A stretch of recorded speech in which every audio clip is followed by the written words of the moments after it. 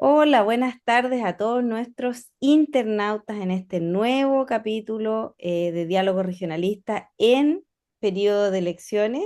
Así que hoy día tenemos harta cosa que hablar, ha estado muy movido, ¿no? Como toda la semana. Así que vamos a hablar de las temáticas, lógicamente, lo que está pasando con la campaña. Y también vamos a hablar un poquito sobre lo local, la cuenta pública que dio nuestro ministro de Agricultura en Rancagua. Así que de estos dos temas principalmente. Partamos con de la arena política, pues de lo que pasó esta semana, terremoto, la DC, ¿cierto? Vamos a hablar sobre esto que por lo menos yo no me lo esperaba, ¿no? Yo pensé que las cosas iban a resultar diferentes, así que vamos a hacer una primera ronda ahí, Adriana. ¿Qué piensas tú de la opción que tomó la DC? Bueno, primero saludar a todos quienes nos están escuchando, viendo. La verdad es que sin duda era esperado que iba a pasar, ¿cierto?, con la decisión de la DC. Y nos encontramos con que finalmente, o tal vez muchos, ¿cierto?, esperaban que la DC dijera que estaban en libertad de acción para decidir por quién votar o cómo votar. Sin embargo, finalmente se definen por apoyar a Jara. Y eso genera sin duda un conflicto interno que lleva a la renuncia del presidente actual o hasta hace muy poco, ¿cierto?, Undurraga, para que asumiera Huenchumilla como primer vicepresidente. Así que va a ser bien interesante cómo eso baja, ¿cierto?, al resto de quienes se sienten alineados con la DC, quienes militan en la DC, y también cómo se van desarrollando probablemente desencuentros internos que se puedan visualizar a través de las noticias durante esta semana. No lo vamos a conocer todo, probablemente, pero sí vamos a ver algunos heridos que salgan a defender su posición a través de los medios tradicionales. Claro. Rolando.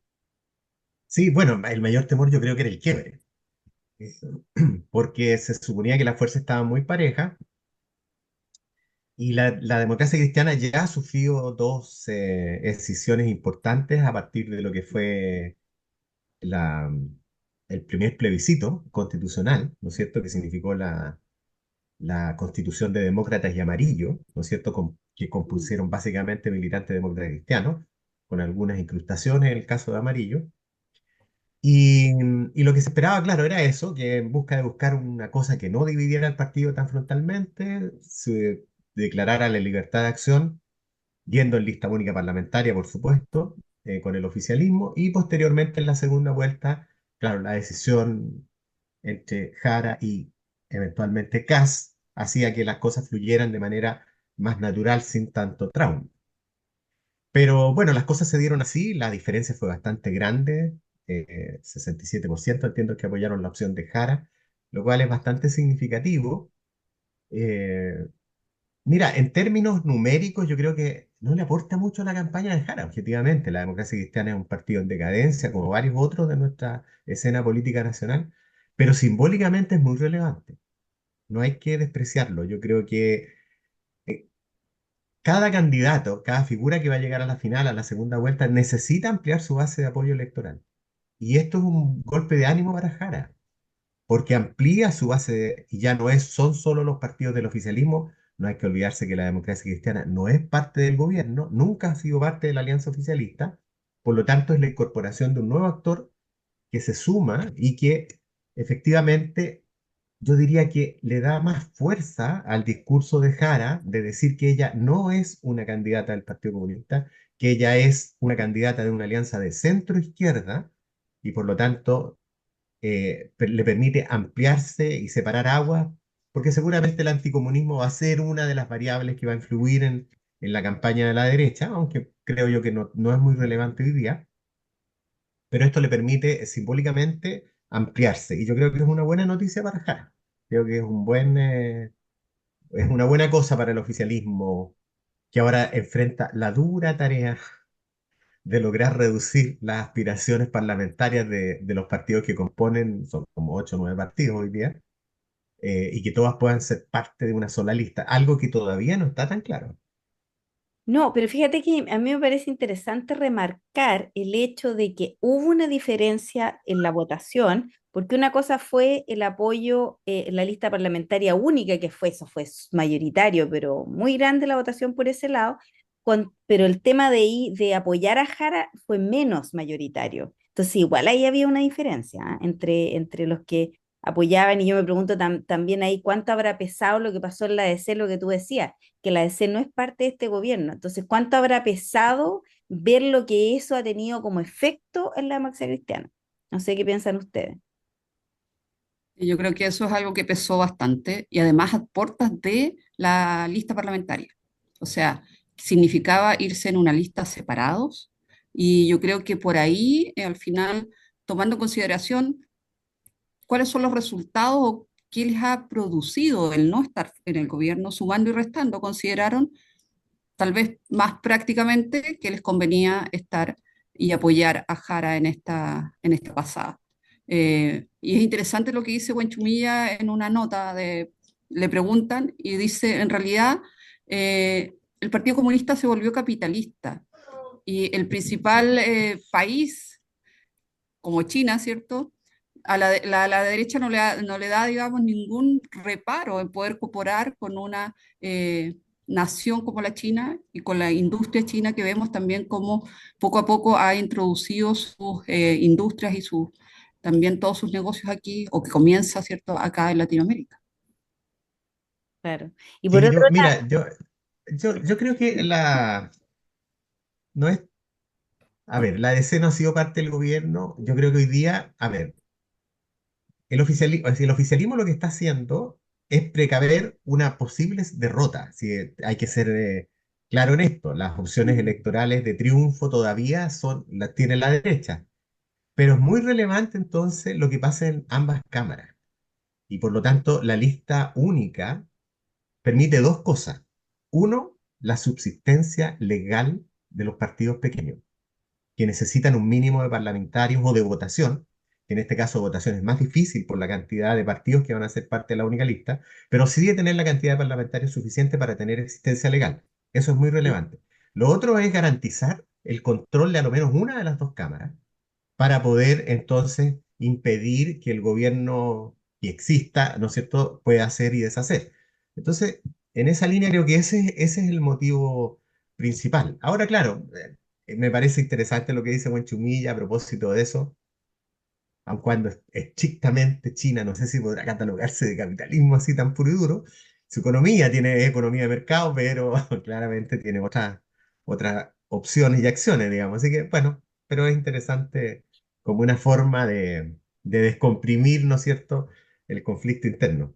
claro. Sí. Y fíjate que por el mismo lado, las declaraciones, ¿qué piensan ustedes de Landerreche, ¿no? Que manda esta bomba, ¿no? Diciendo que él no va a votar por ningún motivo por Jara y da justamente el argumento de que él como profesor de economía sabe precisamente lo que es la economía el marxismo, y a él no le tienen que explicar, digamos, eso fue lo que declaró. No sé qué piensan ustedes, porque eso va totalmente en contra a lo que dice la democracia cristiana, ¿viste? O sea, es como opuesto. Pero fíjate que, mira, pero a ver, hay que matizar las declaraciones de Landerreche. Yo creo que él le gusta tener prensa y dar declaraciones bombásticas, pero que después matiza y lo hace bien. O sea, lo que él plantea, y lo dijo, mira, dijo dos cosas posterior a esas declaraciones. Uno es que está dispuesto a conversar con todos los candidatos. Y lo segundo, que la crítica que él le hacía al programa que presentó Jara en las primarias era que era absolutamente inaplicable. O sea, que no tenía ningún sentido algo como eso. Que no es muy distinto de lo que ha estado planteando el socialismo democrático y varios de los partidos que son de la alianza oficialista, pidiéndole al Partido Comunista, y por eso la candidata también lo hizo, dice, no, perdón, esto ya pasó, esto fue parte de lo que fue la campaña de las primarias. Hoy tenemos que construir una propuesta entre todos. Y como te digo, Landerreche matizó con esto de que él estaba dispuesto a conversar con todos. Yo creo que igual Landerreche es una persona que es interesante, que le gusta golpear fuerte, publicitariamente hablando, pero que es un aporte. Igual Landerreche yo creo que es una persona que siempre es sensato en lo que dice y plantea cosas que hay que escuchar. Claro, pero cuando él dice yo no voy a votar por una candidata comunista, él también canaliza el sentimiento de de varias gente que es concertacionista, ex concertacionista, que dicen, no, yo por lo mismo que Undurraga, pues, o sea, en el fondo es la misma historia, yo hasta aquí llego, no por un comunista no voto. Sí, pero hay que verlo. Yo no lo tengo tan claro porque además hoy día no sé quién puede querer pretender imponer, ¿no es cierto?, una agenda marxista-leninista. Yo creo que las condiciones son, o sea, mira, hay que ver cómo entró este gobierno, ¿no es cierto?, Mm, cuáles eran sus ideas matrices y cómo sale. Es lo que sí, efectivamente realizó. ¿Ya? sí. ¿Te Y fijas? Y sin ahí duda ahí hay, la Cámara y el Senado son súper importantes porque vimos todo lo que pasó y cómo se lograron acuerdos para poder avanzar, pero sin embargo en otras cosas simplemente fue imposible. Por lo tanto, el tener, ya sea en la Cámara o en el Senado, mayoría es primordial y yo creo que en ese caso la lista única es importante en el sector de la izquierda. Claro, porque la y derecha, también en la derecha. ujú, la derecha tiene toda la... Acuérdate la Sí, sí, sí, declaración bien inapropiada, consideramos algunos de los empresarios, claro. ¿ya? Que llaman a la derecha a unirse, Ujú. lo cual es una, mira, es cierto que es desubicada la declaración, pero es desubicada en dos ámbitos. Uno, porque no corresponde, ¿no es cierto? Pero lo segundo es porque indirectamente están diciendo, ojo, que aquí puede haber, no está asegurado el triunfo en la segunda vuelta presidencial y por lo tanto el control de las cámaras es relevante. ¿Cachai? Claro. Hay que tener contrapesos. Precavido. Claro. Sí, así que yo diría que no es, ordenó a la derecha porque están tratando desesperadamente de llegar a acuerdo, Pero es que eso se ve pero tan difícil, Rolando, ¿ah? O sea, difícil, se sí. ve súper difícil porque dicen que, o sea, una de las especulaciones que hay, que yo he leído, ¿no? Es que en la próxima semana, digamos hasta agosto en el fondo, le están dando a la Evelyn Matei para repuntar, y si no, va a tener un éxodo de parlamentarios que van a ir por la lista del Partido Republicano. Entonces, ahí se Mm, va a complicar mucho la cosa porque no van a lograr de ninguna manera mayoría si tienen estas dos listas. Eh, Sí. sí, entonces... Fíjate que respecto de eso, yo en el artículo de esta semana en el Mostrador hablé sobre las encuestas y el rol que están cumpliendo hoy día. Y si ustedes escucharon hoy día la vocera de la campaña de Matei, a Paula Daza, ella planteó que porque hubo un cambio en la estrategia, salieron a confrontar a Kast, intentaron presentar propuestas programáticas, están tratando de cambiar un poco el eje. Algunos dicen que ha ido encontrando el tono adecuado, pero están esperando con muchas ansias y nerviosismo la encuesta de la Academia de hoy día porque esperan tener allí algún repunte. Si la cadena viene mala, como ha venido para ella en las últimas semanas, esto se le pone difícil, muy difícil. Ahí ya sería la Y larga. ellos se pusieron el zapato chino, ya dijeron, esperamos que haya un repunte hoy día. Vamos a ver, nos quedan un par de horas para saber. O sea, no alcanzamos a salir con la No, noticia ahora que, no. claro, pero bueno, yo tengo, el termómetro mío me dice que no va a repuntar, ¿ah? Yo creo que la Es Evelyn Matei, difícil. no, yo no veo cómo repunta por las mismas Mm, razones que pasó anteriormente contra Bachelet, que es que Evelyn Matei, cuando la gente empieza a familiarizarse con ella, es cuando no gusta, porque la manera que ella tiene de expresarse, su historia política, etcétera, etcétera, cuando la gente empieza a acordarse de todas esas cosas, empieza a sacar roncha la Evelyn Matei. Entonces yo creo que eso no, al final no tiene como cambiar, ¿no? Porque es un ente conocido, no es alguien desconocido, como el caso de Janet. claro. Y Janet Jara es un personaje nuevo, porque Cass también es un ente conocido, ¿viste? La Janet Jara sí, es el único ente aquí nuevo, novedoso, sí, claro. Sí, ella es la Entonces, sorpresa, sí. sí. exactamente. Así que antes que se nos acabe el tiempo, chicos, vamos a hablar sobre lo local, vamos al plano local, sobre la cuenta pública de nuestro ministro, que es de nuestra región también, el Partido Regionalista Verde, Esteban Valenzuela. ¿Qué les pareció la cuenta pública? Pero tenemos que recordar que es de los pocos ministros que inició con este gobierno y pues, probablemente lo que estamos viendo es que va a terminar, por lo menos su última cuenta pública que fue esta semana, con el gobierno. Por lo tanto, han sido 4 años en los cuales, si bien políticamente ha sabido manejarse muy bien en los altibajos y en las pequeñas polémicas que han surgido por algunas grabaciones u otro tipo de cosas. Eh, Sin duda, el trabajo que se ha realizado se trató de mostrar en forma muy resumida en esta cuenta pública, destacando los distintos servicios y enfocados principalmente en la agricultura familiar campesina. Y en ese sentido hay algunos aspectos interesantes, como pudiese ser todo lo que es el desarrollo de juventud, ¿cierto? Con una política de juventud del INDAP, con un estudio, con distintos estudios de lo que son los jóvenes emprendedores en las regiones de O'Higgins y el Maule de FIA, y como un eje central. Otro eje que vemos interesante es el de las cooperativas, también el desarrollo o cómo las mujeres pueden estar, en este caso, más ligadas a la agricultura, y vemos a CNR, que es la Comisión Nacional de Riego, muy fuerte, con una gran cantidad de inversión en distintas áreas, con 3 oficinas que se plantean nuevas en todo Chile, una de las cuales está acá en la región de O'Higgins, y las obras han aumentado mucho, y obras además enfocadas en medianos y pequeños agricultores, y también concursos especiales para mujeres. Así que creo que eso es como un resumen. Creo que ha sido un buen desempeño durante los 4 años que se trataron de evidenciar, que es difícil, pero que se trataron de evidenciar en esta cuenta pública. Sí, mira, yo te coincido con Adriana. Yo creo que hay que recordar que cuando asume Esteban, teníamos el problema del quiebre de las cadenas logísticas producto de la pandemia. La crisis de la guerra de Ucrania con Rusia que dejó sin alimentos, aparte del mundo en realidad. Entonces partió con crisis, después vinieron los incendios, después vinieron las inundaciones. Es decir, primero, es una gestión que ha tenido que estar respondiendo a emergencias. ¿Ya? Eso siempre es complejo porque significa resignar recursos, etcétera. Pero también no hay que olvidar que el año 2024 se batió el récord en exportaciones frutícolas. Una cantidad, no me acuerdo exactamente, Adrián, no sé, más de 12.000 millones de dólares, entiendo, de exportación, una cifra récord.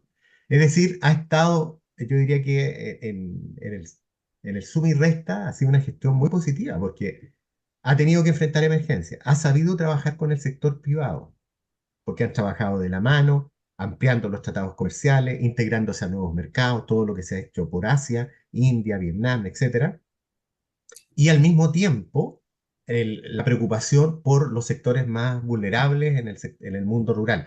Para terminar también con una política de desarrollo rural en conjunto con el Ministerio de Vivienda que yo creo que va a marcar el país por los próximos años. Así que por lo tanto creo que es una muy, muy interesante gestión y bueno, el orgullo te termina acá también porque es de Rancagua, ¿ya? Así que nos estamos bien contentos por lo que ha mostrado en estos 4 años de gestión.